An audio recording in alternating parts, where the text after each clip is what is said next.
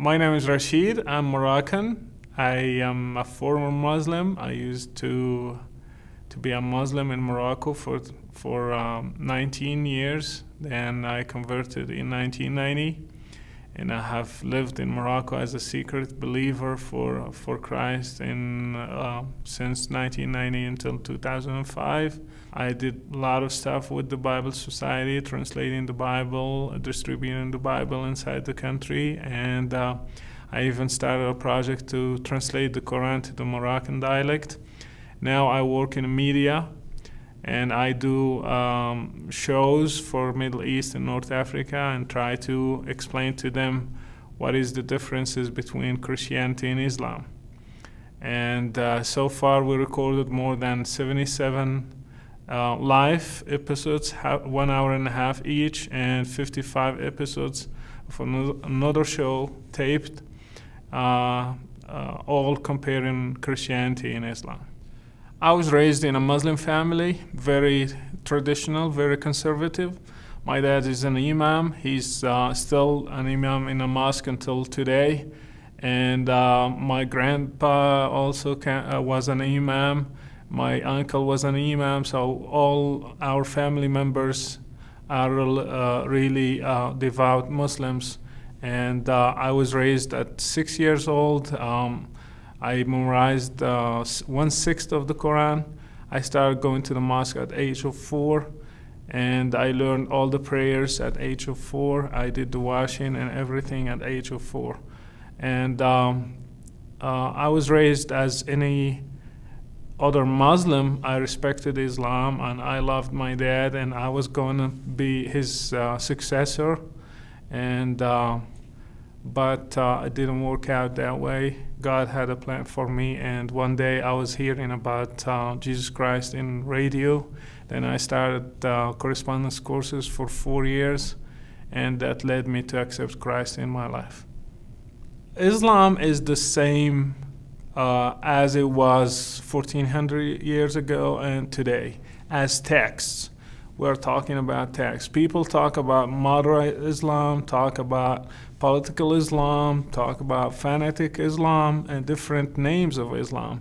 But when I was raised, I never heard these terms, and my dad never taught me there is different kinds of Islam. There is one Islam. There is differences, for example, between Sunnah and Shia, but those differences are not in the main core of Islam. So, for example, let's talk about jihad. Jihad exists in Shia and Sunnah and everywhere. So there is no moderate Islam and a fanatic Islam. Islam is always the same and always will stay the same because texts are the same. They never changed. And in my country, I lived 32 years in my country. I never heard these terms. It just these terms are really wide in the West, but not in our countries. As Muslims, we used to look at the West as a representative of Christianity. For example, in Morocco, we look at France because we were occupied by French. So we look at Christianity represented in France, and so many Moroccans, so many other Muslims in other countries look at United States as a Christian country. So whatever they see on TV, whatever they hear about Americans, that's what is Christianity. When I was like studying the gospel, I thought I'm going to find like they drink wine, they commit adultery, they go with girls and a lot of stuff. Like the gospel encourages them to do that because that's what we see in movies, and we think that's what is Christianity. And always like my dad and other people around me, they always encourage us to think about the West as Christians, not as Westerns. As Muslims, we used to look at, and still a lot of Muslims in the Muslim world look at it this way. It's Islam against Christianity and Judaism. They don't look at it as like it could be a country against country or politic against another politic. It's Christianity against Islam. They think we have like a conspiracy theory. It's in our blood. We believe that the whole world is against Islam. They are trying to convert us. They are trying to use politics to defeat us because they are jealous of our Islamic great religion. So that's how we think about the West. We take it always religiously.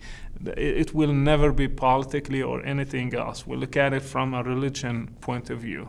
So whatever America is doing, for example, in Iraq, we look at it as a religious issue. What is doing in Afghanistan, because they hate Islam. That's why they are doing it. So this hourglass is how we see the world. It's through religion. I think the American church should be like more involved with the Muslim world. What I see, the American church is less closed about itself. It's not reaching to Muslims. Even in the United States, I have seen so many churches, they don't know anything about Muslims. They are not trying to reach them. They are not trying to build bridges between them and Muslims. And the same thing applies to the Muslim world. Like Middle East, North Africa, they have nothing shared with them. They don't want to help them get out of that. I see Muslims as victims. I look at my family, for example. I see my dad. He's not a terrorist. He's not a bad person. He's like everybody else. But he's a victim of his own religion. And people who explode themselves, they are not bad guys. They are just thinking they are pleasing God with what they are doing and what they are thinking. They want to please God. They want to do something right for the sake of their religion. So they are victims. We need to help victims to get out of Islam. And what I'm doing and what others are doing to help them, like we're trying to provide them alternatives, like Christianity, for example. It's a very good alternative for the Muslim world. And I believe personally we cannot counter Islam because Islam is a religion. We cannot counter a religion only by another religion and give them, compare to them, and let them choose. In the Muslim world, they don't have freedom of religion. They don't have even freedom of thinking. They cannot question Islam. They cannot dare even raise questions about Muhammad or the Quran. It's considered as apostasy. So we will encourage them to question, and the American church should be involved in that process, either by helping local believers, like in Morocco, in Egypt, in Jordan, in Saudi Arabia. We have secret local believers too, in Kuwait, in different countries. So we need to enable them, give them tools, give them whatever is available to help them reach to their own brothers and sisters in their countries. I believe we need to join forces and work together, because nobody has like a unique solution. Nobody has the resources to do it by himself. So that's why we need you to help us and be involved in a very active way to help us to reach to the Muslim world, because the task is very huge. The task is bigger than everybody. Nobody can do it by himself. So that's why I'm asking you to be involved in a very active way. Help us, enable us, and be a part of what's going on in the Muslim world today. In like 10 years ago, we didn't hear about many converts in the Muslim world. Today we hear about thousands and even millions in Egypt, for example. We hear about more than 2 million converts in Egypt. And that could not have been done if some people didn't join forces and resources to reach to the Muslims in Egypt, for example. So that's why we ask you to be a part of what's happening now in the Muslim world. I'm doing what I'm doing personally out of my heart, and I'm doing it. I always, when I sit in front of the camera, I imagine my dad. I'm talking to my dad and my mom, my brothers and sisters.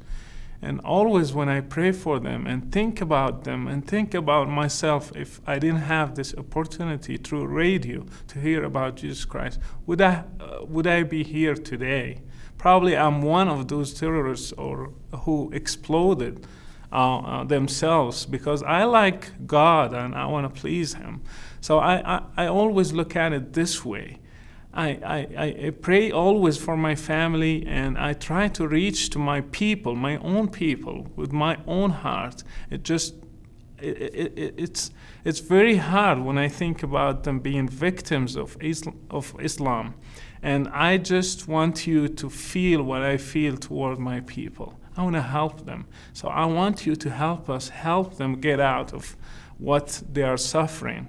They don't have any other options. They don't think they are wrong. So we need to show them that they are wrong in a respectful, loving way, and very bold way too. We don't change facts. We don't tell them lies. We say it boldly with love and respect to them.